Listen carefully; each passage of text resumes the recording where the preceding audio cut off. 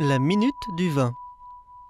Aujourd'hui, nous allons découvrir les 5 mots à connaître absolument pour avoir l'air d'un grand amateur de vin. Premier mot à connaître, cépage. C'est la variété de vigne ou de raisin. Il existe plus d'une centaine de cépages en France, alors qu'il n'y en a aucun sur toute la planète Mars. Info bonus, certains vins sont obtenus à partir de raisins issus de plusieurs cépages. Ce sont les vins d'assemblage. D'autres sont réalisés à partir d'un cépage unique. Ce sont les vins de cépage. Deuxième mot à connaître, appellation. Une appellation prend 2 P et 2 L. L'appellation donne des garanties sur la qualité du vin et indique sa provenance.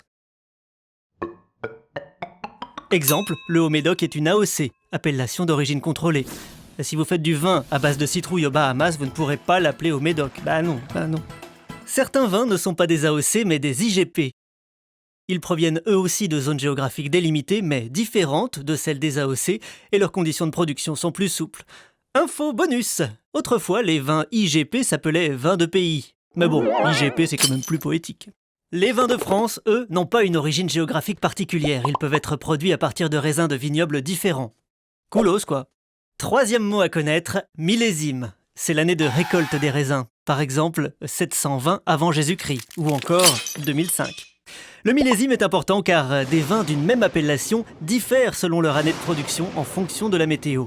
Comme vous, la vigne se gèle parfois les feuilles en plein juillet. Connaître le millésime permet aussi de savoir si une bouteille doit être conservée encore 10 ans ou débouchée sur le champ.